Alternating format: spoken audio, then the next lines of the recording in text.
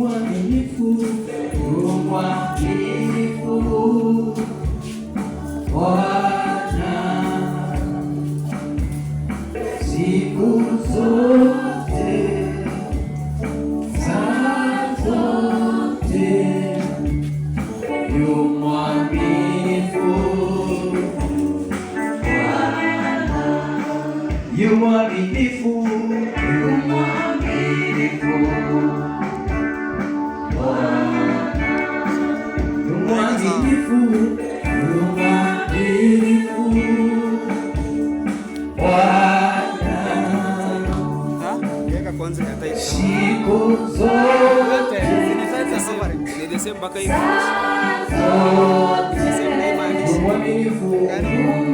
siku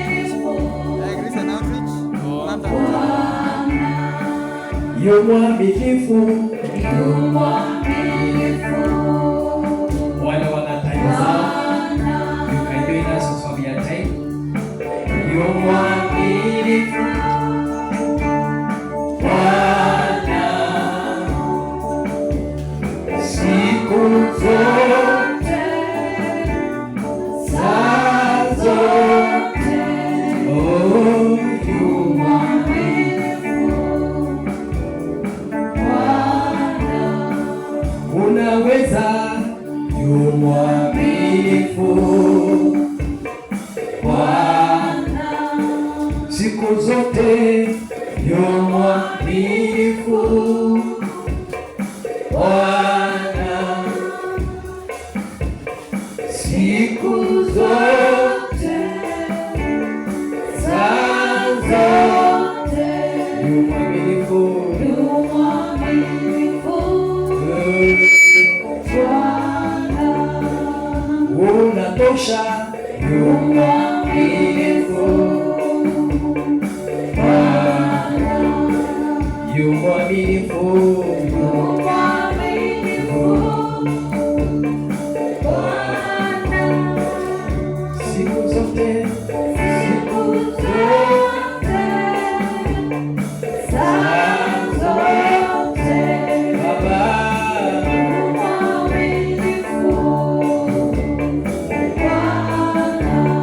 Baba, tunakushukuru adhuhuri ya leo na siku hii kwa sababu wewe ni mwaminifu siku zote. Hakuna siku umekosa kuwa mwaminifu. Na hivyo Bwana, tunashuhuda kwa umbali umetuleta Bwana. Tunakushukuru kwa sababu ya uhai umetupa siku ya leo. Asante kwa wokovu ambao umetupa siku ya leo. Bwana, asante kwa sababu ya matoleo ya watu wako. Tumekuja na kitu mikononi, vile Biblia inavyosema, tunapokuja mbele zako tukuja na kitu mikononi. Bwana, ninabariki watu wako katika madhabahu haya. Mungu ambaye anabariki, Mungu ambaye anaona yale tunapitia na yale watu wako wanapitia, wewe utajibu hata kwa wazi tunapokuambia rasiri. Tunakushukuru kwa sababu wewe ni Mungu. Ponya watu wako, ponya familia zao, ponya huduma zao, ponya maisha yao kwa utukufu wa jina lako. Bariki sadaka hizi Bwana, kila mmoja ambaye amejitolea katika madhabahu haya Bwana, utabariki maana neno lako ni dhahiri. Nakushukuru kwa sababu ya fungu la 10, ni sehemu yetu ya 10 ile tumepata, tumeleta katika madhabahu haya. Bwana, ubariki au uzipokee. Utulinde mfalme, utubariki, endelea kutuongoza na kutuongeza ile tunahitaji. Asante kwa neno lako siku ya leo. Bwana, endelea kutusaidia, endelea kutufundisha mausia yako, endelea kutuonya, endelea kutukemea, endelea kutukaripia, endelea kutufundisha mausia yako. Ninasema asante kwa mchana nzuri umetupatia. Katika jina la Yesu tunakumbuka dada wetu Frida, Bwana, ambaye ni mgonjwa pamoja na mtoto wake. Bwana, ninatuma mkono wako wa huruma, natuma mkono wako wa neema juu ya dada wetu. Bwana, ukamponye katika jina la Yesu. Kwa mapigo ya Yesu yeye amepokea, pamoja na mtoto wake wamepokea afya. Na kwa jina la Yesu, kuanzia saa hii kila maumivu zimeondoka katika jina la Yesu. Kambariki Bwana kwa sababu wewe ni Mungu. Ninakushukuru kwa sababu utamtendea mambo makubwa, hata mfalme utamsaidia na Bwana atashuhudia mahusia yako. Katika jina la Yesu Kristo nimeomba nikiamini. God bless you. Tupigie Bwana Yesu makofi mazuri. Karibuni kiti kwa wageni, karibu kiti kwa wageni. Naitwa Pastor Paul. Mimi napenda Yesu. Nataka tu kuchukua nafasi hii kuwaleteni neno la Bwana. Kulikuwa na changes, kulikuwa tuwe na dedication ya watoto Sunday hii ya 23, lakini tumeipusha mpaka tarehe 30. That's end of the month. Bado tu tunauliza upeane majina ya watoto.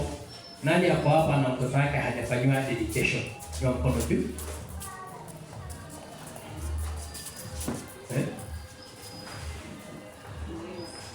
So naona ni wengi. So tafadhali, si nani alikuwa anapewa majina haya? Yes, Mama Pano, tafadhali kindly, sio sahi, tutamuona yule mama kiongozi wa ibada ndio mpea majina kamili ya mtoto. Alafu sasa tutafanya Sunday hii 23, tutafanya 30 and for the glory of God. So tumeambiwa hizo matangazo kwamba wiki hii wiki ya kuhubiri, sitaki kuyarudia, tupate nafasi ya kukutana na viongozi wetu sababu ni vizuri. Twende pamoja kitabu cha Mathayo. Kitabu cha Mathayo. Matthew chapter 5 verse 13.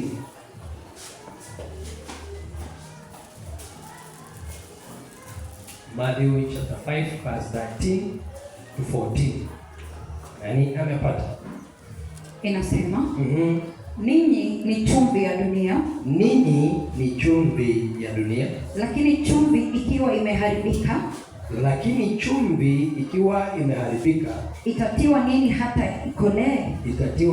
hata ikolee? Haifai tena kabisa. Ila kutupwa nje. Na kukanyangwa na watu. 14. Ninyi ni nuru ya ulimwengu. Mji hauwezi kusitirika ukiwa juu ya mlima. Thank you. Nataka nifundishe asubuhi ya leo, mchana wa leo actually. Baada hajafika saa 6, tumepeleka vizuri.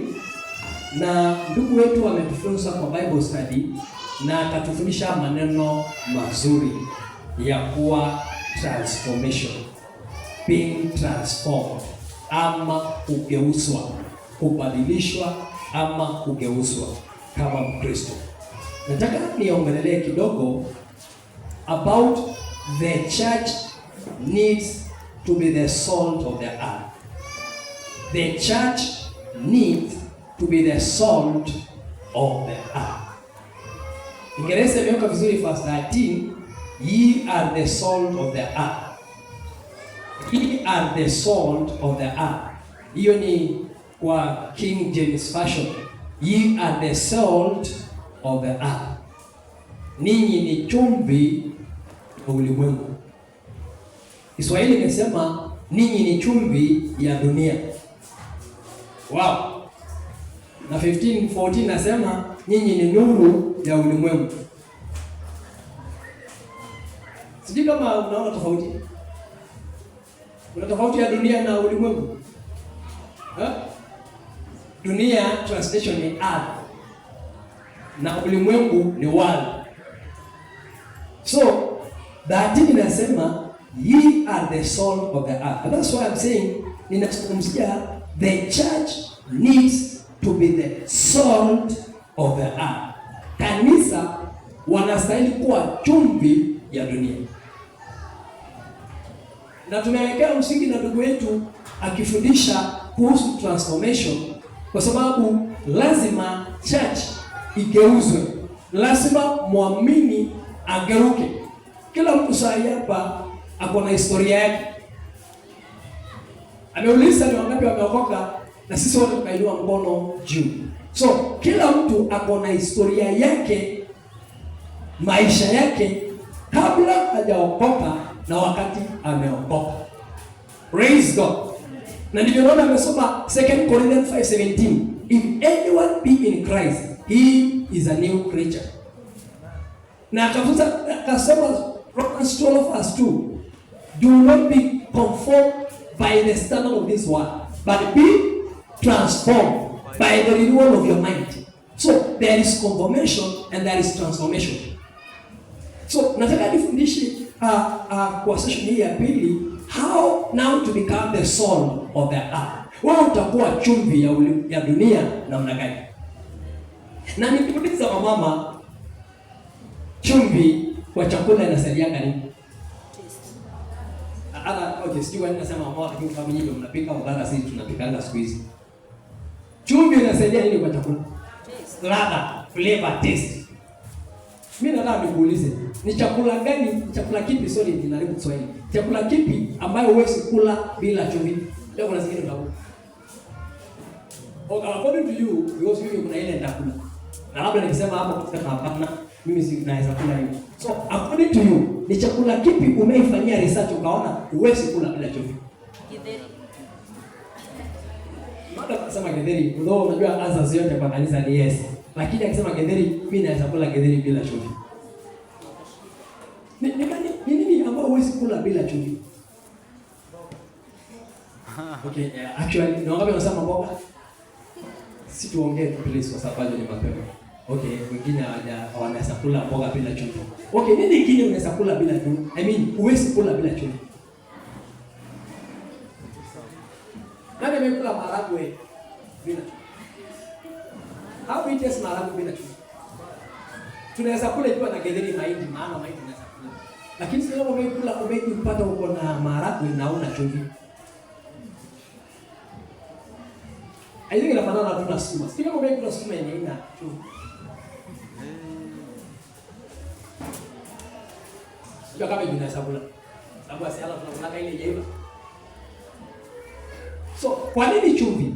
Chumvi ina maana gani? Umeniambia flavor, taste. Nini nyingine? Wewe unakumbuka chumvi nyingine ilikuwa inafanyika nini? Hata sio kama ni chakula. Kuna kazi nyingine ya chumvi ni dawa. Ni dawa, preservation. Thank you. Preservation. Ya kwamba chumvi bado tu ni salt. So kuna flavor, kuna dawa, maana pia unakunywa ukiwa na unauma na tumbo, na pia preservation, kuhifadhi. So unaona chumvi, sijui kwa nini Yesu akatumia jina chumvi.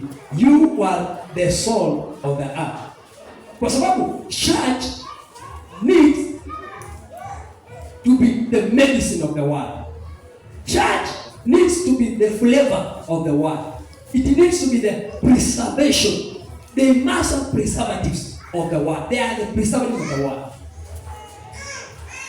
So that's why unaona Yesu anatumia kwamba you are the soul of the earth. Unaona kuna kitu Yesu alitumia. Jesus uses this word soul. Alikuwa anamaanisha his followers must be the soul to the world. Lazima wawe na preservatives, lazima wawe wanaponya, lazima wawe ladha, wana flavor. So that's why Yesu akatumia. Nimesema hali na mmeniambia this soul, they are essential for preservation and flavor. Nini chumvi hii inasaidia kwa preservation na kwa flavor na kwa dawa vile mmeniambia. So alikuwa anamaanisha kwamba as a church we need to have all those characters kama watu tumeona. You are the soul of the earth. Sisi ndio tunastahili kuponya ulimwengu. I was praying this early in the morning ya kwamba we are living in the dying world. Katika ulimwengu ambao umeangamia, umekufa. Na hii dying world inataka preservation. Hii dying world inataka dawa. Hii dying world inataka mtu ako na ladha. Na nikauliza nikajiuliza, kile nilikuwa ninafanya kabla sijaokoka na kile ninafanya sasa hivi nikiwa nimeokoka. Utakuta mtu anasema the church is very weak. Hello church. Praise God. That's why people are very weak hata katika imani na katika Kristo. Why? They are not the salt of the earth. Sasa tunasema kwamba tuko na evangelism week. Na unasema evangelism week, unaenda kuhubiria mtu Mungu, yule Mungu ambaye amekubadilisha wewe. Lakini kama hajakubadilisha, utamhubiria nani? Hello. Uzaambia mtu mwambia kwamba wewe ni chumvi. Are you the salt of the earth? Kuna flavor. Nani anaweza kukutest? Aona kwamba wewe uko na ladha nzuri ya Mungu. Nani anaweza toa ushuhuda akasema kwamba wewe tangia uende church umebadilika. Tangia uokoke Mungu amekusaidia.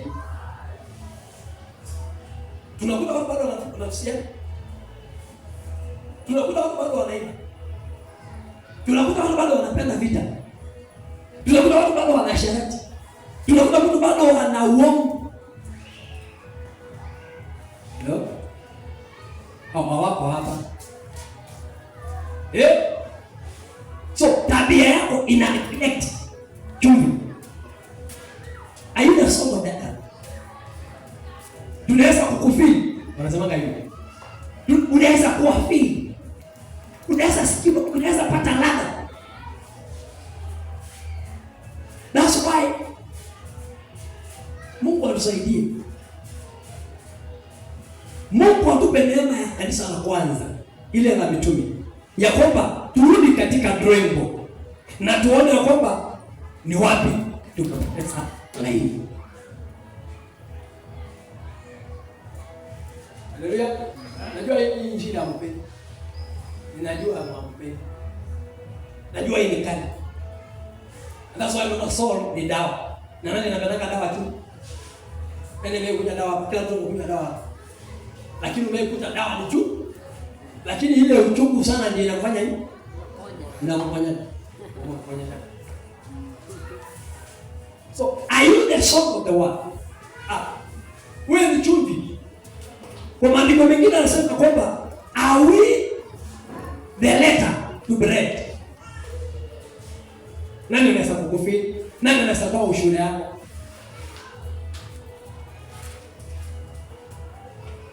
Loja? Wala sasa. Ni wakati wa kuoshwa ataenda mbinguni sasa. Are you sure? Are you sure utaenda mbinguni ukikuja sana? Ndio mtu anakuvanga unatangaza. Huyu alikuwa mtu baa. Huyu mbinguni ndege na labda ni jehanamu ndege. Unafanya namna gani? Huyu analala ni shujaa, kumbe alikuwa mkora. Lakini mchana ni shujaa. Ukubadilika jua anakuwa jabasi. Are you the salt of the earth?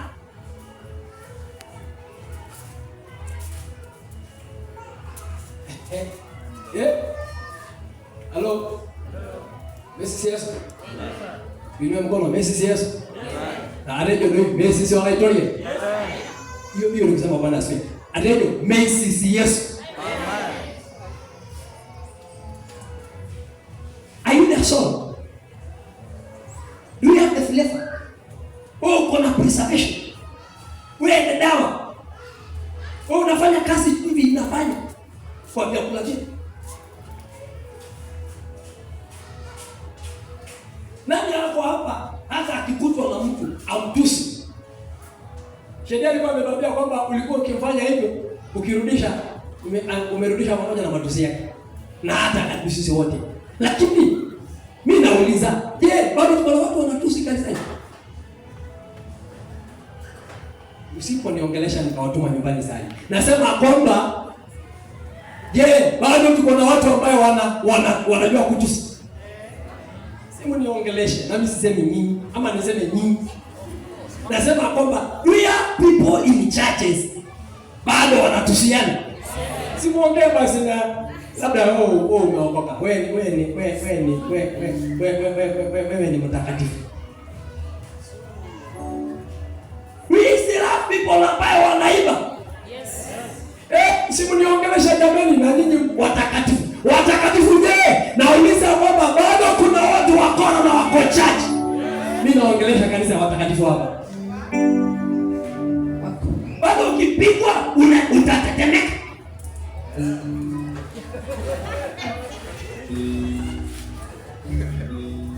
Unajua inasema mimi nimeitwa. Na nilikuwa na ubiri forgiveness kanisa la Mayana miezi 3. Mambo na msamaha. Nikahubiri miezi kama miezi 3. Kumbe sikujua nitakuja kujaribiwa. Nione kama nitafanya ile nimehubiri. Mama alinitusi. Akanitusi. Akaniambia hata hujapata. Kwa simu. Akaniambia hata hujakatwa.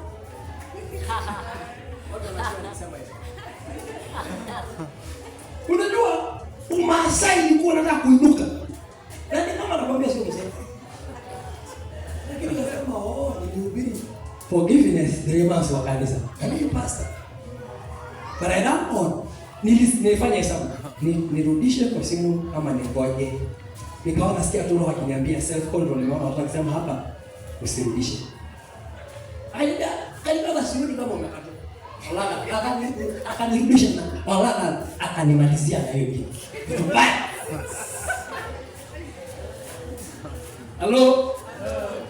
Wakati tulikuja kukaa chini akasema mbele ya wazee, "Enyewe kweli hajanitusi na mimi nimemtusi."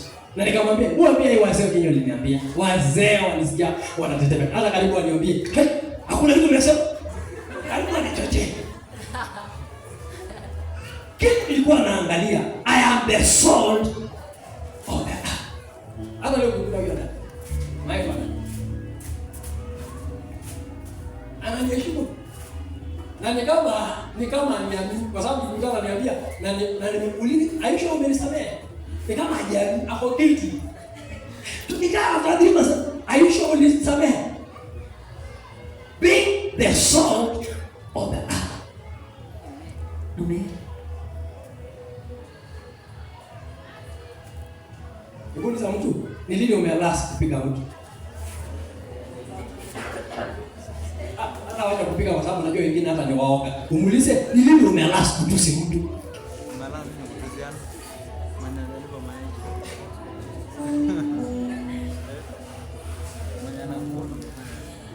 Hello church. Ni lini umelast kutusi mtu? Unajua, saa ingine ni nzuri kujiita kama mkutano kwa bedroom yako. Useme, leo kwa ofisi nimeita watu wangapi takataka? Nimeita watu wangapi ng'ombe? Are you the salt of the earth? Sikama msaidia mtu mwambie left and right. Mwambie wewe ni chumvi ya dunia. Leo nilikuwa nakuta magari nikasikia ndugu akihubiri moja kukaribia Masai. Na alikuwa anambia wamama, umpende bwana yako hata kama ni mlevi. Ninapenda hiyo injili. Na akasema kwa sababu hata wazee hawataki kuokoka, sio kwa sababu hawataki Mungu. Wamama ndio wapei nafasi. Hello. Wamama oye. Bado ni mapema. Wamama oye. Utakuta mama ameng'ara Jumapili, lakini ile matapiko aliacha asubuhi. Anakuja na furaha. Amejaza Mungu. Anasema tu kanda bila keria. Kanda bila keria. Na ile makanda bila keria niachia mzee. Sasa anakuambia shopa na nenda na usiangalie pande hii. Wewe unataka kusema kanda bila keria, lakini ile maneno umemwachia asubuhi.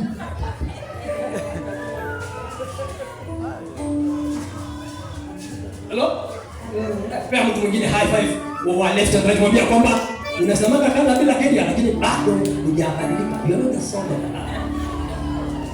Let me tell us, kanisa la House of Grace. Na kile naomba tu Mungu atupe miaka nyingi tudumu katika nyumba ya House of Grace na katika nyumba ya Mungu. Na Mungu ataendelea kutukarakana, kutubadilisha ili tupate kurithi ufalme wa mbinguni. Watu sio wadini. Watu wanatafuta mahali ambayo wanaambiwa ukweli. Hata kama ukweli ni uchungu. Wacha tu watu watoroke tu kwa sababu hawataki ukweli. Lakini siku moja mtu anasema, bila pasa anasema, kuna ukweli. Let me tell you what watu wapendaki ukweli, lakini wakianza, but as this goes, mtu anakuja kupenda nini? Anasema ile pasa nilikuwa nimemojaa pasa yangu, lakini kila anasemaga hapo kweli. Are you the soul? Wapi dada hapa? Akoshwa. Dada akimtemea mate hata amrudishia. Ndio nakumbuka tukiwa vijana, tulikuwa tunasema unasema kanyaga baba yangu. Kanyaga baba yangu. Ndio unataka nini? Kalaina. Kanyaga? Hebu kanyaga baba yangu. Na nemata. Vita imeanza. Wakati walikuwa wanafanya hivi, watu kama watu walizaliwa jana, wale wanajua wakati huu. Lakini saa hii bado unasema kanyaga bali.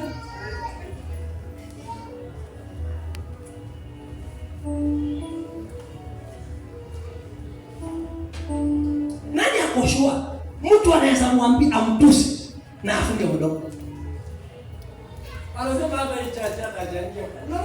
Anaoga. Anasema najua next week kesho tuko na hardware wale ambao wanapigana na watu kama plot. Because sasa wakiona wanakuambia hata huyu anapanga kanisa nini? Anakwenda hata huyu. Wengine wakiona nyinyi wanafikiri mnauza loans. Kumbe because I do uko church.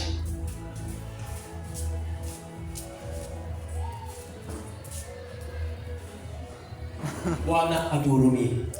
Nasema may God have mercy on us.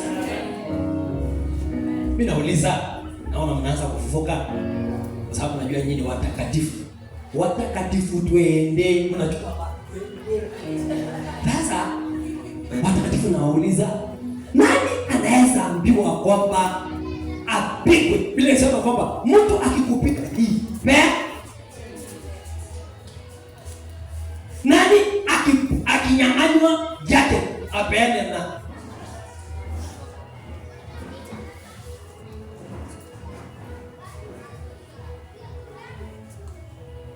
wengine bado kuna hasira tu na waondoka. Hasira. Mimi nilikuwa acha vile unasema. Mimi hata mimi nikiambiwa unaweza huyu, mimi sisemi nafanya action.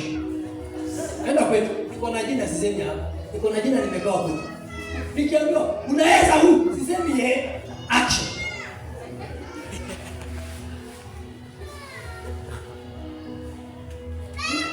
Soko nimeiba. Kuiba nguo ya kufaa. Nimeibia watu nguo sokoni na kuja kuwapatia vijana wenzao.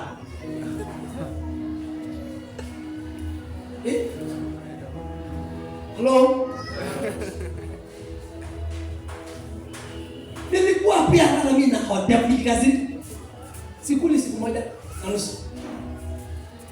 Bado kuna watu wako na hotel, wako na hasira. Kisha mtu anamwambia bado uko na hasira ama uliacha? Kama kuna watu mtu waongelesha hapa watakatifu. Ambia mtu bado uko na hasira ama uliachana?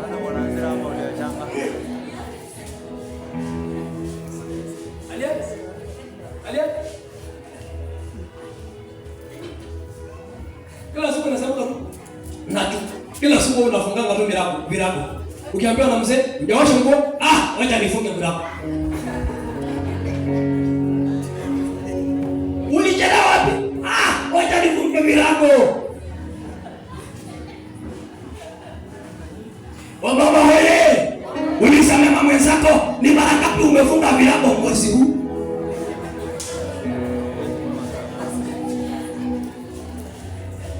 naambianga wa mama, sijui wa mama anakuanga.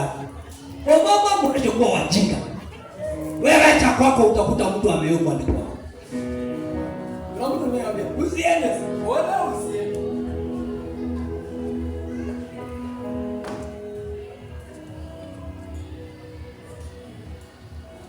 Wewe unakuta sama mbingu na haya alikuwa anasema si aniambie tu ataacha aende. Anapenda una ongelesha mtu wako ama bwana yako ama mke wako ama watu wa kweli na watu wa kanisa. Halafu kumwambia hakuna Mungu mwingine kama wewe. Hapo mwana anajua kweli Kisirani. Ndio wakati wao wanajua wao. Ndio wakati wanajua wake wao, watu mke anajua kwamba huyu bwana hapa. Ama bwana wangu anajua nini. Ndio anakwamba holy of holies.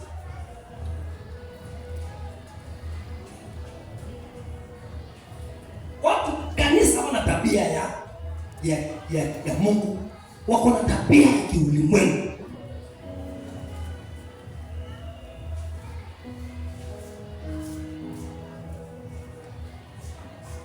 Yesu alikuwa anasema kwamba be careful not to lose the flavor. Flavor alivyo ladha. Usikose hiyo ladha. Kama niambie, sasa niambie mtu, usikose hiyo ladha. Iti maongea iti Jesus balia right. Ambia mtu kwamba usikose ladha.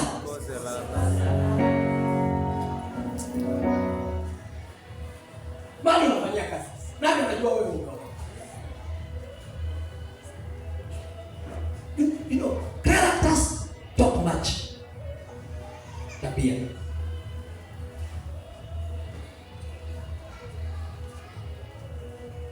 Roho wanajua kuongea vibaya. Na waliookoka bado wanajua kuongea vibaya. Naenda mbinguni kwa imani. Nani amekwambia mbinguni kwa imani? Na udoni. Ati mimi sikia vile watu wanasema. Mimi bwana anataka naenda mbinguni. Kwani mbinguni ni yako? Udoni mbinguni ni wewe ndio umetengeneza. Kuna mwenye mbingu. Na huko ni watakatifu tu ndio wataingia. Watu ambao wako na mawa.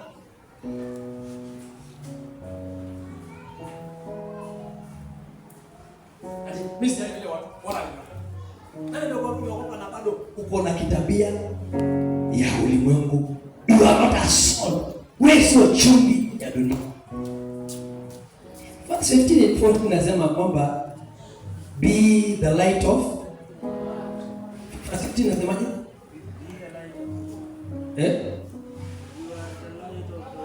Mumeshindwa kusema sasa hivi tena.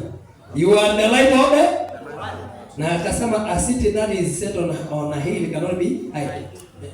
Mji ambaye uko juu ya mlima huwezi fanya nini? Usitirika. Huwezi ukasitiri, yaani huwezi ukaficha. Huwezi ko. Kile italeta watu waokoke ni tabia zetu. Tabia zetu. Mienendo zetu.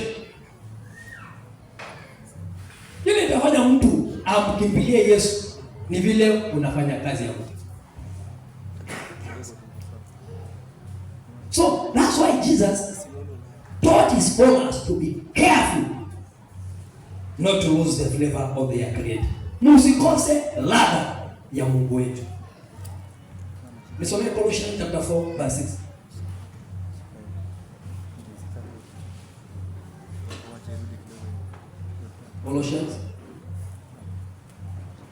Colossians chapter 4 verse 6. Wakolosai mlango ni 4 mstari wa 6.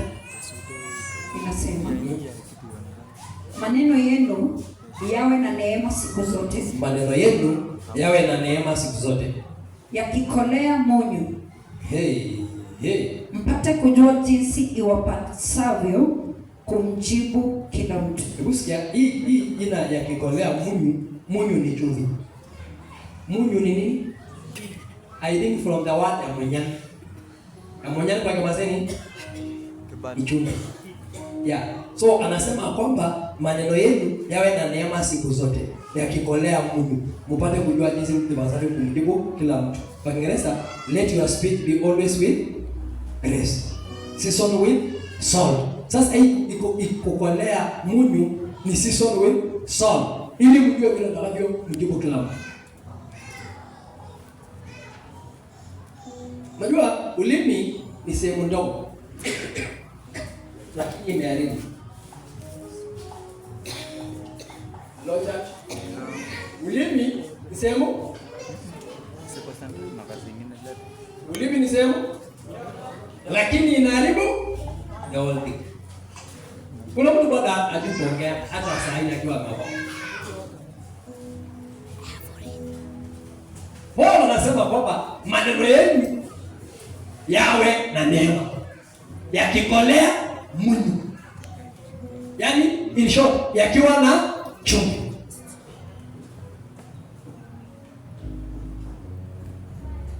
Uko na neema ya kuongea vizuri. Mimi nasikia ndio nasema, wewe unaongea kama mwenye amelipwa. Kwa nini church bado tunaongea kama watu wenye wanalipwa?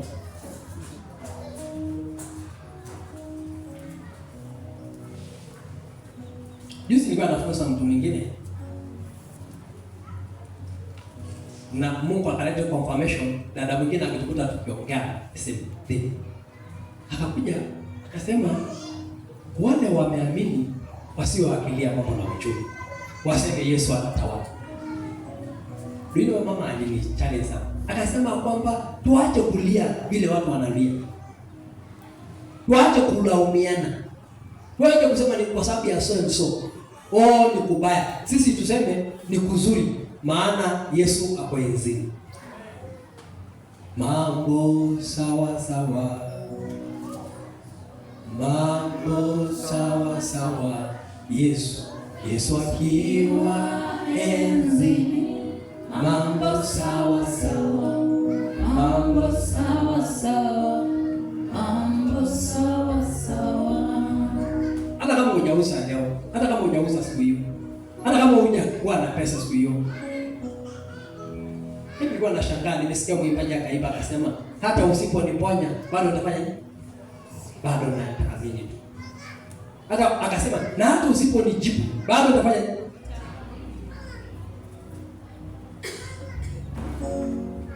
Are our words seasoned with the salt?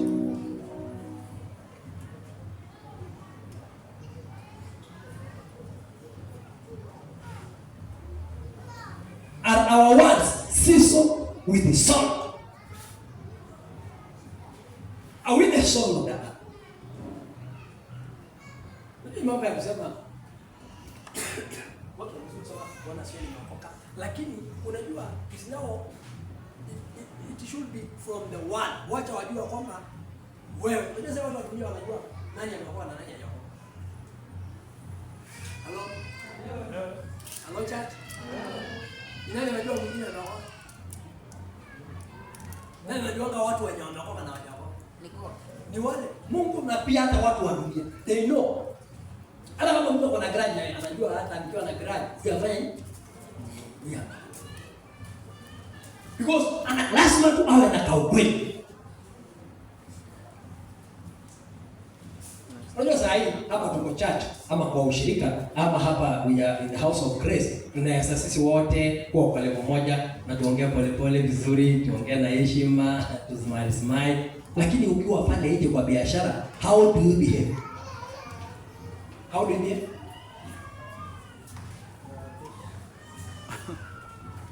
Mbona sasa mtu mwambia, mtu akikupiga kofi, utapea kofi nyingine?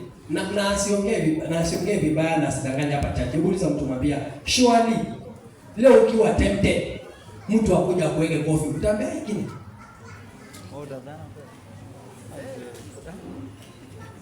Ama hiyo sio maandiko? Church, ama hiyo sio maandiko? Faith unaniangalia je? Ama hiyo sio maandiko? Anasema mtu akikupiga hii, fanya nini? Akikunyang'anya koti, peana. Is it possible? We need grace.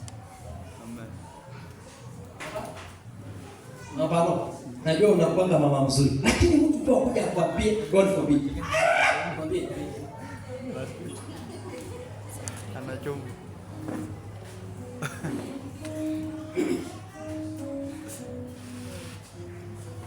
Mimi nauliza ni wangapi wamekosewa hapa? Na tuongee church. Ndio mkono mzuri kama umekosewa na mtu. Yaani nyinyi ni mamalaika tu. Very good. Tumekosewa. Na hata sisi tumekosewa. Ni wangapi wamekoseana? Hata mimi ndio mama. Mama simaje ikoseana? Malaika, bibi ya malaika. Ni malaika, ni sisi malkia. So listen. Sisi tumekosewa na tukakoseana. Nani ambaye amekosewa na usinie mkono juu na akasahau ile ambaye amekosewa kwa sababu yeye ni chumvi ya watu? Mbona bado tunataka watu?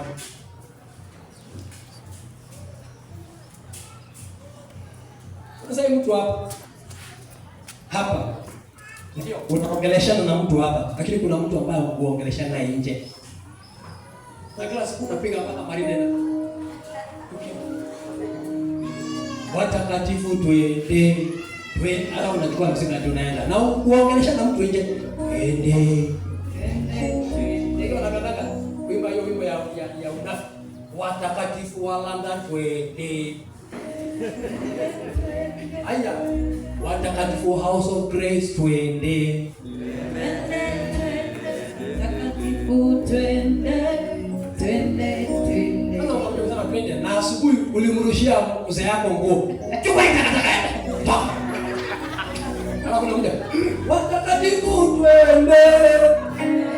Timu ni msaidie kina mimi. Nimedia kwa madiru. Watakatifu twende. Twende watakatifu twende. Twende. Na asubuhi ulienda big head.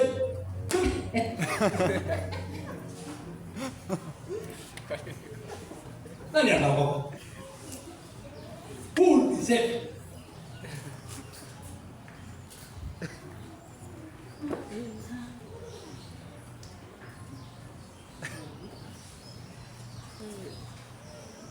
Wewe ni msharati namba 1, namba 2, namba 3.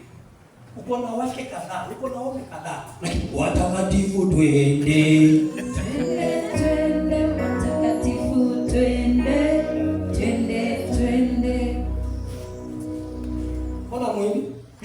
Watakatifu wa House of Grace twende. Watakatifu twende. Mimi nauliza usisikie. Hata mimi nataka niache mahubiri silent twende nyumbani. Who will be saved? Nani?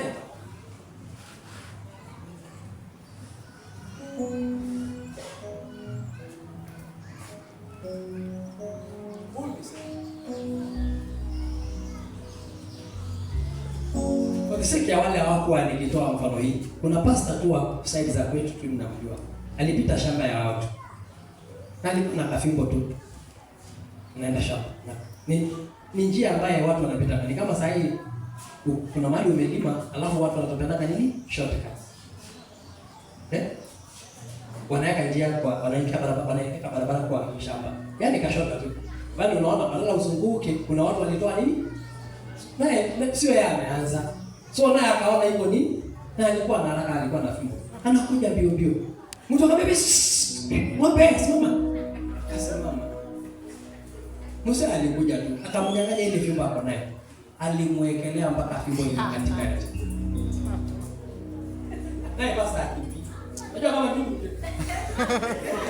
Musa asipigane, si nitoroke mkasiumze. Si kama alikuwa anafanya hesabu, nifanye aje? Akasema kwa watu wakamwona wakakimbia. Nini unapiga basi? Akamwambia nani ndio akasema roli yake. Sasa ni baada kipopa yake amemaliziwa. Akasema ni njia nimeona sio mimi nimepita hapa. Akamwambia basi utapita urudi enda huko. Na ana sasa anarudi bila fimbo. Fimbo yake amemaliziwa. Anarudi sasa kwanza wapi?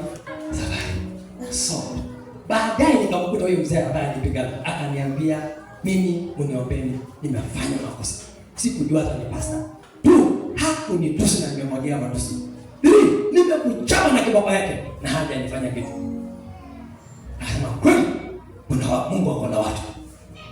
Ilikuwa mimi mwenyewe mdomo ya mtu mwenye anachapana. Mimi nasikia kwa roho kumwambia pepo shito. Ananiambia kitu nimesikia kwa. Lakini mzuri ameomba msamaha. Lakini mzee ameenda ngamwambia afanye. Amechapa na kibaba yake. Anasema kweli Mungu mwenyewe. Kweli Mungu.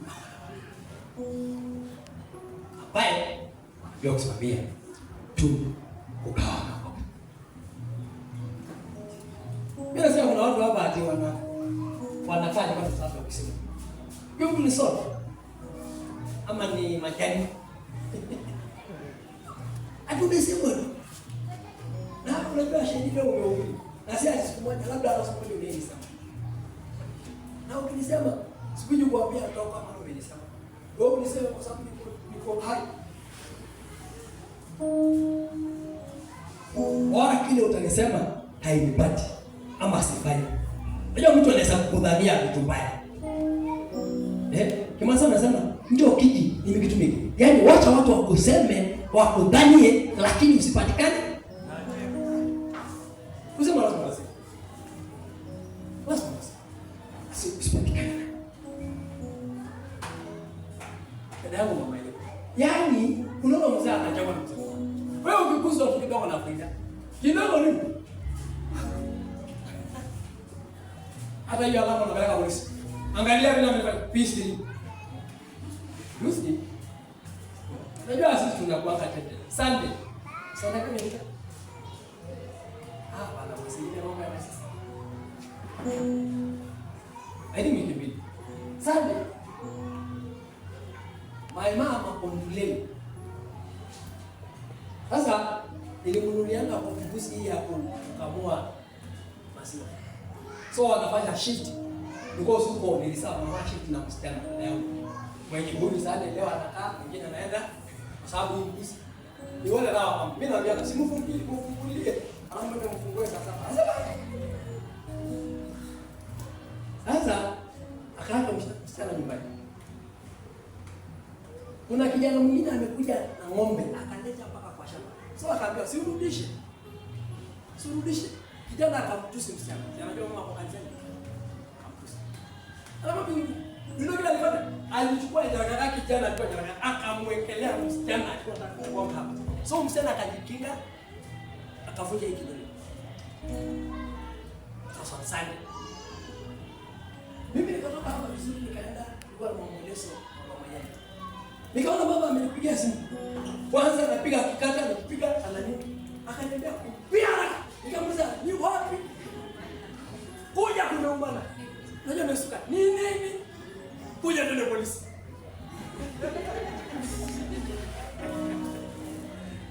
Polisi. Nikamuuliza nini? Ananiambia wacha mambo mingi. Anasema wacha mambo mingi. Kuja ukuta hapo nikwambie milele. Mimi naisha gari. Mama ananiambia lazima utoe pisi kumstaki.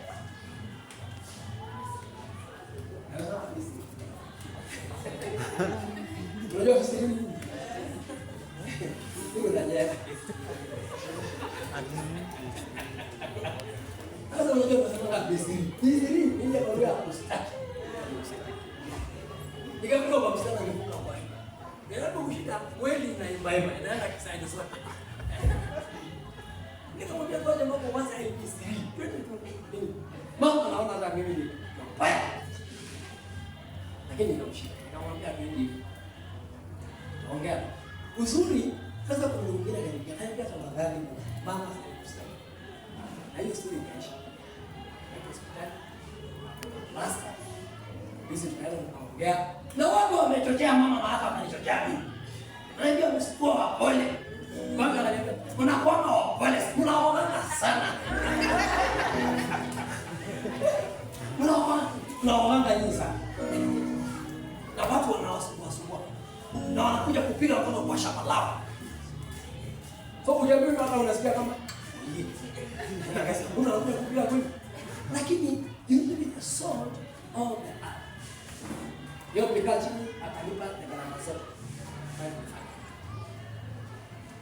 What am I eating? Because kila mtu ni mzazi hapa, na kama wewe sio mzazi utakuwa mzazi utapata watoto. Na hata wewe unaweza kusumbuliwa na mtu akuondoe katika uwepo wa Mungu. Unajua shetani alitaka kurabi ile yote tumefanya kwa ibada. So na mimi nikajua nikamwambia shetani siko kwangu. Hautavuta ile yote ile upako na neema. Unajua zingine shetani anasumbua watu, lakini akiona mtu ambaye sio sold, yaani unatoka kwa uwepo wa ibada kama hii, alafu after this unaenda kuingia kwa majaribu. Kwa sababu umempea shetani nafasi. Kwa kuongea, kwa kuria. So that's why I'm saying, my good people, how can we become the salt of the earth? How do we come? Tutakuwa chumvi ya ulimwengu ama ya dunia by serving others. Tukitumiana, you serve others. We learn this from Jesus. The importance of serving others. Wakati alikuwa anaosha wanafunzi miguu, alikuwa hapo. Tukitumikia wengine, tukiwahudumia wengine, tukiwasaidia wengine, we are the salt of the earth. Tukiona mtu ana shida, tunamsaidia. Tunaona mtu amekwama, tunamsaidia. But do you know that kuna watu wana take advantage? Wakati uko down, anakumaliza kabisa. But as the Christian believers, we need to serve others. Na hatumtumikie watu nikimalizia. Hatumtumikie watu ndio watumikie kesho. Unajua kidunia nikikusaidia kesho utanipatia nini? Ati unisaidie najua kesho nitakusaidia. Sisi tutamsaidia mtu hata kama tunajua siku moja hawezi kukusaidia. Serving others. How do we become salt of the earth, my good people? By speaking the truth. Speak the truth. How do we become the salt of the earth? By speaking the truth. Speak the truth. Speak the truth. Praise God. Hallelujah. Ongea ukweli. Oh, come on church, watumishi wa Mungu, mwinulie mkono. Hallelujah. Tuongee ukweli. Ongea ukweli. Ukweli ni mzuri. Let truth be said. Let truth be made true. Ongea ukweli. Unajua, we are in a world ambaye ukweli umefunikwa.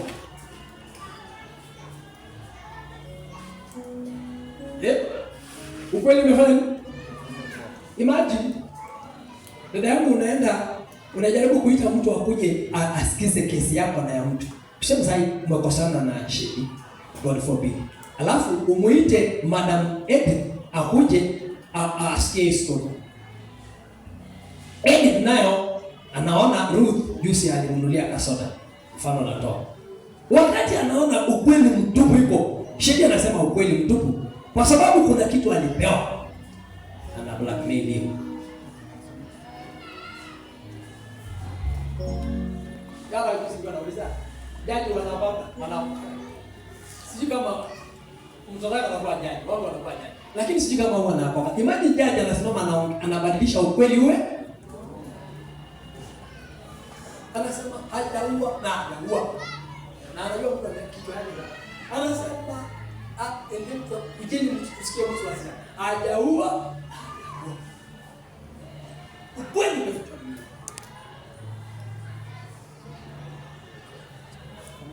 Yes, as I finish. Ni wangapi wameitwa wakati kesi? Yaani watu wamepigana ukaitwa. Na muitwa kinyinyi watu, haidharaka lazima najua. Anasema nani ambaye kuongana na mtu alafu ukaitwa kuja usikize hii? Muitwa kwa sababu anajua hata nini. Mimi ndio mingi sana. Ambao siku hizi naona mtu anashika break. Moja Wewe unajua. Kuna mtu alikuwa anapigana na mke wake, bwana yake. Na akasukuana. So nikaitwa. Nilipoitwa nikajua mahali kweli bwana alikuwa na makosa na nikamwambia makosa yake. Naye mama alikuwa anataka kukaa kama malaika. Nikamwambia kweli na mama alikaa basi tatu aniongelesha. Aliongelesha. Sababu nilisema nini? Kweli. Nikamwambia hata ongeza miezi 7. But I will speak.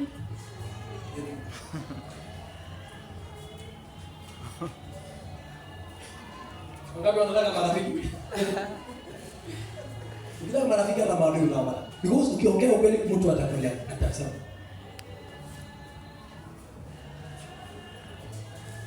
So, how do we become salt of the earth? Speak the truth always. Speak the truth always. Kuna maneno ambayo yanafanana na zingine. Luka 14 quickly inafanana na hiyo. Luka 14, you can just write for reference. Luka 14 verse 34 to 35 zinafanana na ile ya mbele, inafanana na Mathayo. Luka 14. Luke chapter 14 verse 34 to 35.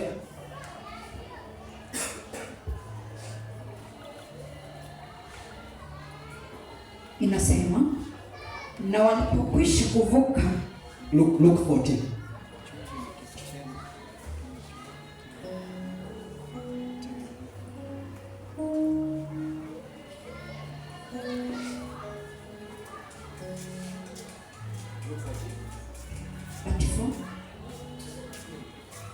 Inasema, chumvi ni kitu chema. Chumvi ni kitu chema.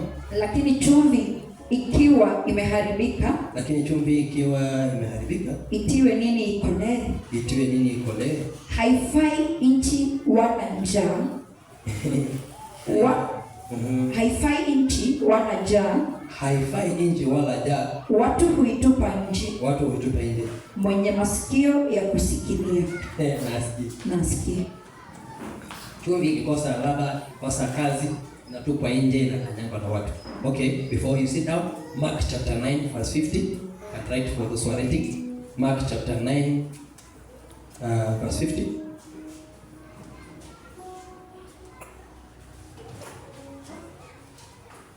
Chumvi ni njema.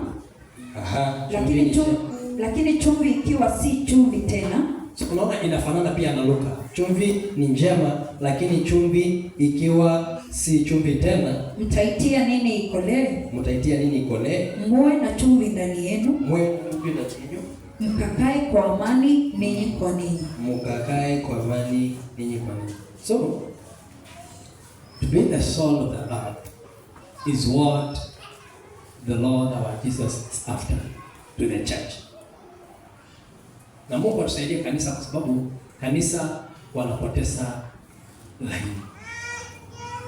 Kwa sababu hawataki kuongea ukweli tena, hawataki kusema kile ambaye kinaumiza watu.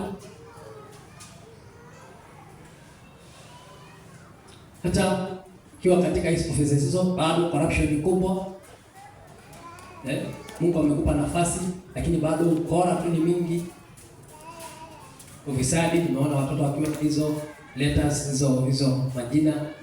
So where are we going as a church? Nani atakuwa anaongea ukweli duniani?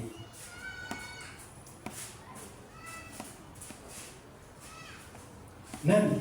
Na imefika hata hapa kwa kanisa.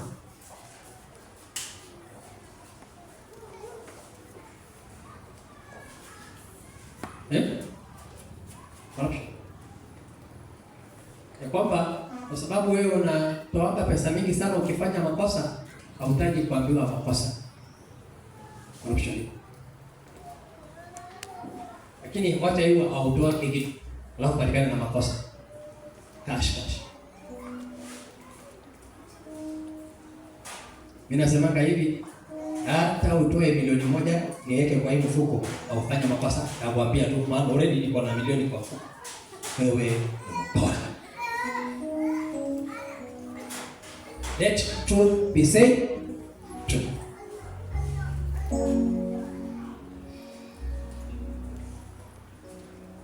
Haleluya. Bwana asifiwe sana. Unakuta wakanisa kuna chama mingi. Yaani kuna wale watu wao waandamani nayo, usiangalie hiyo stories za kina nani. Hata wameendelea mpaka hata ukiona mwingine wanapigiana simu. Leo tena mimi sikwenda. Oh, kama uende na mimi basi nitaenda.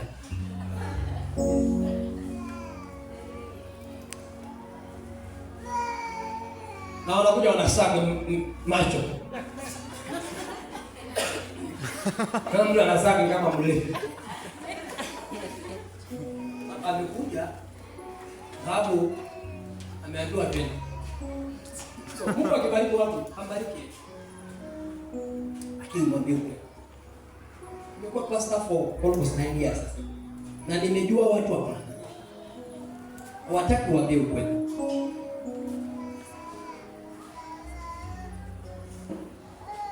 Ambia mtu mwambie Pastor Paul anasema hapo ukifanya makosa nitakwambia yeye ni makosa. Ambia tu mtu nimepaya ruhusa mwambie Pastor Paul anasema hata ukifanya makosa nitakwambia tu hiyo ni makosa.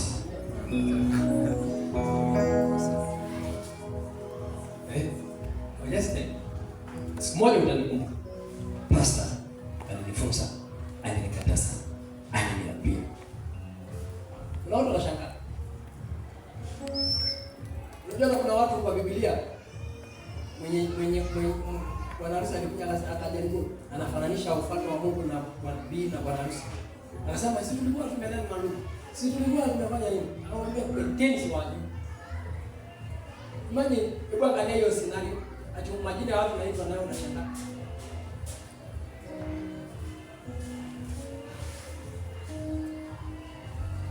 Umekuwa sisi wote tumeenda shule. Na wakati huo kulikuwa unaitwa namba 1 2 3 mpaka mwisho. Unataka kusema namba ngapi next?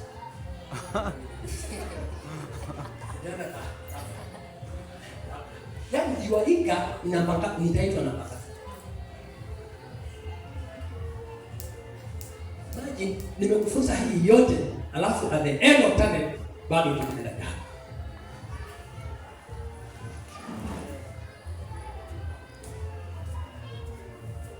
Bwana tusaidie sana. Mimi nataka tusimame kwa miguu yetu. Leta hata si kusimama, sorry. Nataka kila mtu avunje magoti mahali popote alipo. We are human beings. Na unajua mara nyingi tunafanya makosa. Mara nyingi tunakosea kwa kuongea. Tunakosea kwa kufikiria. Yaani ninakupatia tu humbly tu kama pastor wewe. Nakupa tu time. Hebu jihoji. Hebu jiangalie. Unajua watu wanasemanga mimi sitaki nijadiliwe. Can you judge yourself? Just judge yourself. Hebu wewe tu ujijaji. Hebu wewe ujihukumu. Where are you going, my sister, my brother? Well, are you doing the right thing? Kwa ile ambayo unafanya, do you think it pleases God?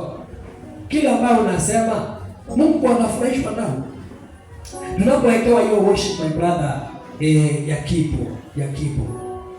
Nataka tu kila mtu fungua kinywa chako. Mwambie Bwana unisaidie. Last week nilikuwa nafunza watu hapa siku ya Wednesday katika maombi. Mfarisayo na mtosha ushuru walienda nyumba ya Mungu. Kuna mtu alikuwa na kiburi. Huyo Mfarisayo alikuwa na kiburi, anasema mimi ninafunga mara 2 kwa siku. Na nalipa fungu langu la 10 kila siku. Mimi sio kama huyu mtosha ushuru. Lakini naye huyu akasema, akapiga kifua akasema, Bwana, mimi niko chini sana. Mimi hata sistahili. Mimi ni mdhaifu.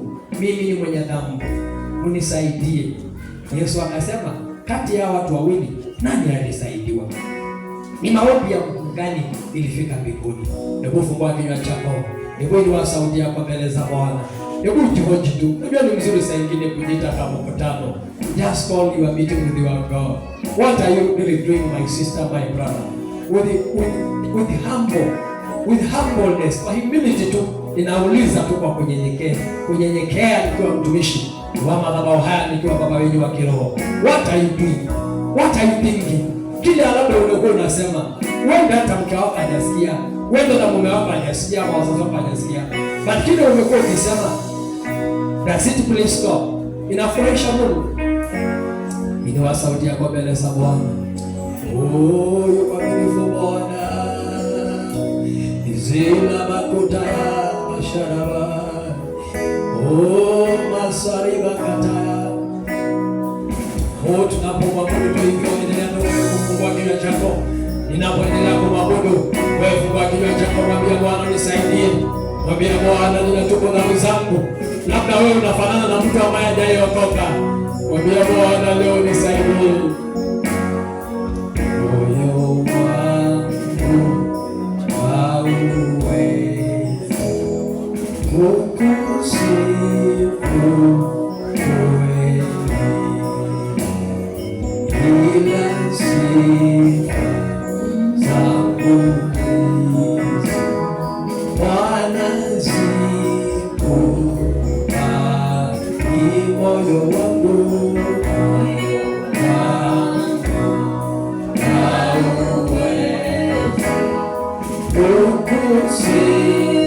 nikwenda mbele za Bwana, mwambie Mungu nisaidie. Ila sifa zangu hizi Bwana zikupa. Amefanya mwambie Bwana nisaidie. Labda na Yesu akirudi saa yote mwambie Bwana nisaidie. Oh, amefanya. Mungu akusikia. Najua sisi tunakosea, sisi ni wanadamu. Na wanisipate kwa Mungu nisaidie. Ametenda. Mwambie Mungu nisaidie. Yale umeongea, hata labda leo ungeongea vibaya. Labda wiki hii kwa mwambie Bwana nisaidie. Ameponya, anaponya. Kukosea watu, mwambie Bwana nisamehe. Labda wewe unabebanga watu, wewe uko na kisirani. Oh, Bwana nisaidie. Oh, Bwana niepushe na kisirani Bwana. Nipe moyo wa kunyenyekea Bwana. Labda wewe una roho ya kutosamehe. Oh, Bwana nisaidie. Oh, nipishe. Nani atakuokoa mimi? Mungu kasi isiwe mwenye Bwana, usikunye kanisa mwenye Bwana. What are you doing in the church? If you are not changed, what are you doing in the church? We are the salt of the earth. We are the light of the world. Oh, Mungu nisaidie. Oh, nisaidie watoto wangu. Saidia mume wangu, saidia mume wangu, saidia wazazi wangu. Nani atabadilisha ulimwengu unaoharibika? Who will speak the truth? Who will speak the truth? Who will speak the truth? Nani atasimama kama watumishi wa Bwana? Nani ataokoa ulimwengu unaoharibika? Where is the church?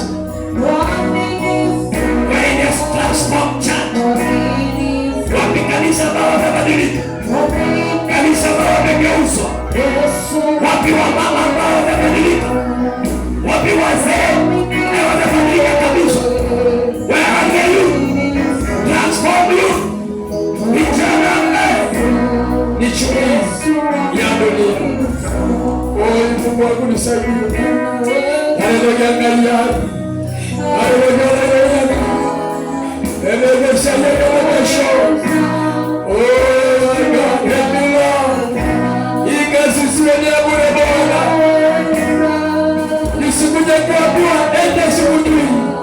Oh, Mungu wangu nisaidie. Saidia kanisa hili la Usokresi. Kanisa, saidia kanisa la ulimwengu huu. Let them be agent of change. Let them be transformed. I remember their minds. Hallelujah, hallelujah. Hallelujah, hallelujah. Saidia kanisa lako Bwana. Nimeona watu wanatusiana. Hata wahubiri wanatusiana. Hata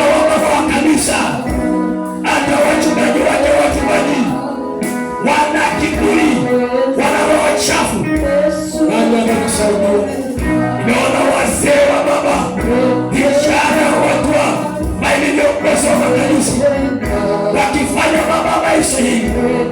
Leo Bwana nisaidie. Kasi yako sio ya kulia. Nikutubu kabisa. Mwambie Bwana nisaidie. It is you and your God. It is you and your God. It's not about us. It is about you and your God. Mwambie Bwana nisaidie. Wow. We have the flavor. Wow, kuna ladha. We have the preservatives. Oh my God. Salt should have preservatives. Yeah, wewe uko na preservatives. Wewe uko na ladha. How do you talk? Unaongea nani? How do you behave? Bwana, nasikia maombi ya wanyenyekevu. Bwana, uniepushe na roho ya kiburi. I'm coming back to you once again. Help me, oh Lord. Help me, oh Lord. Ninajua ninawaza kama unanilaumu. Mungu nisamehe Bwana. Ninajua ninatenda vile watu wa kidunia wanatenda. Kwa kujua na bila kujua, unisaidie Bwana.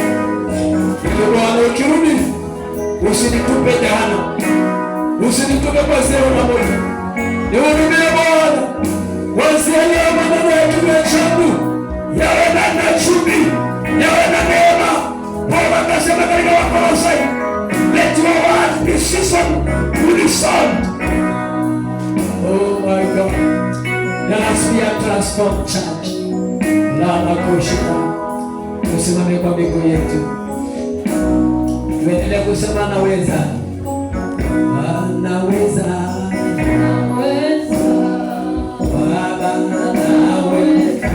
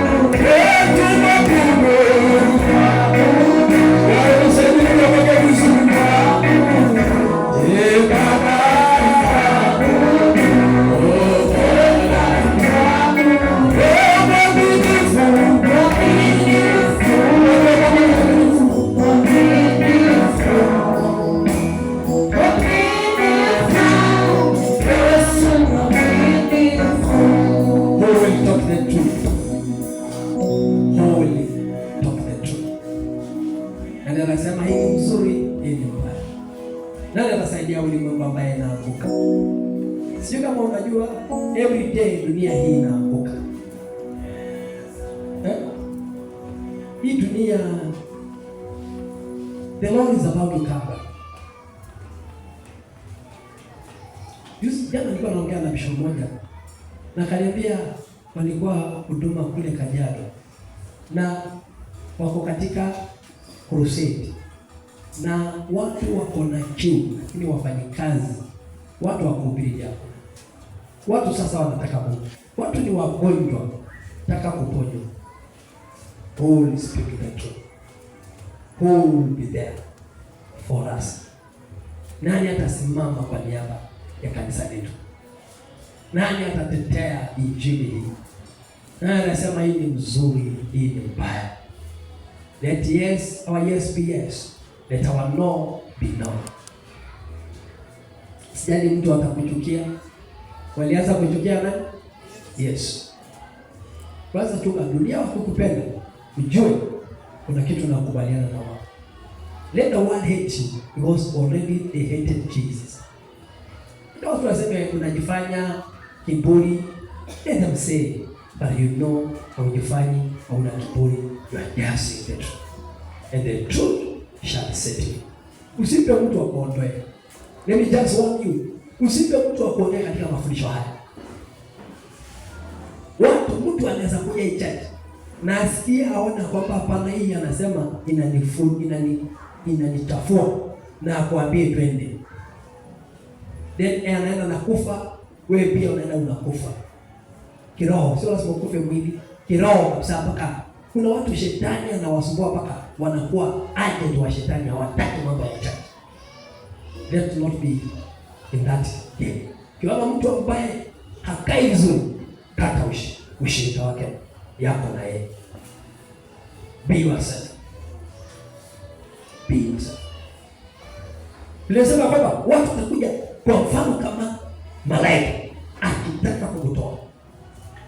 Kuna mahali kuna ubiri mahali ambao ukipaiti dakika, lakini sio ile stopping ya hapa ya kwamba kile uko nacho ushikilie mpaka mmoja wapo. Na akasema tunga mtu asikunyang'anye kile umepewa. Yule mama alikuwa na mjusi anataka kunipiga, na sasa uko wapi niko kati. Alikuwa anataka kutoa ile kitu nifanye nini? Nimewekwa, lakini nikakataa. Niambia yote yatairiwa ujamii, hiyo sio shida yangu. Mimi najua kile niko. Nasema ndio asitoe ile kitu ambayo nimeweka ndani yako. Kuna mtu atatafuta hicho ambayo imewekwa akutoe, uwe mang'aa, uwe mtu denti. Kataa kwa jina la Yesu. Kataa kwa jina la Yesu. Nasema kataa mtu asitoe ile kitu ambayo umeweka ndani yako. Kuenda lazima. Yesu atarudi. Yesu atarudi. Na hata generation ambayo inakuja, na hata wakati, hata hizi signs zote zinaonyesha kwamba we must be prepared. We must be prepared for the coming of our Lord Jesus Christ. Must prepare. Ukae tukimpenda Bwana, tukitafuta Bwana kwa sababu Mungu alitukuza. Nani anasema pastor, niombee na ningependa kuokoka. Na mtu ambaye anasema mchungaji, Bwana nimeokoka, karudi nyuma, pray for me. By showing of your hand, unasema baba pastor, mimi nilikuwa nimeokoka nikarudi nyuma. Nataka kukutana na Yesu. Aidha. Sitaki uambiwe enda sikujui. Unajaribu kutafuta jina lako, hakuna jina lako. Mlango umefungwa. Vinyo mikono zetu tunapomalizia. Shukuru tu Bwana kabla sijawapa, mwambie Bwana asante. Mwambie Bwana nisaidie mtu usiondoe kile umeweka ndani yako. Ili watu sauti yako mbele za Bwana, mwambie Bwana kile umeweka ndani yangu, mtu yoyote asitume akuja aiondoe. Nisimame kama mtumishi wako. Nisimame kwa ukweli. Ile ukweli umenipatia. Kwa jina la Yesu nikutumikie. Oh, nikupende Bwana. Mtu anaweza kuja kushawishi. Kuna roho ya kushawishi watu. Ishindwe kwa jina la Yesu. Kuna mikora wa kurukaruka makanisa na kwenda makanisa 100 kwa mwaka. Hiyo ni pepo chafu ya kuondoa watu. Mtu asikuondoa hapa. Wacha mtu aende akakufe mbele peke yake. Wacha mtu akaende akakutana na Mungu wake mbali. Lakini asikuondoe katika uweponi mwa Bwana. Mwambie mtu, mimi mali niko nimetosheka na mungoja Bwana, nikikemewa, nikionywa, nikifundishwa, ili usiwe mtarandaji, usiwe mtu ambaye tu hatajielewi. Kataa hiyo roho kwa jina la Yesu. In the name of Jesus.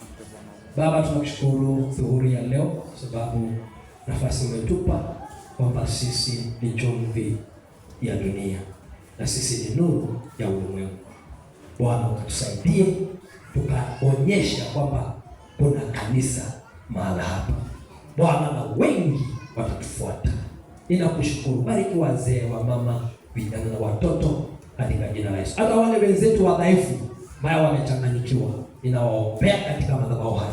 Bwana, waondolee roho ya kuchanganyikiwa, waondolee roho ya vikwazo, waondolee roho ya isa. Mungu wapatie mwangaza katika maisha yao na mioyo yao.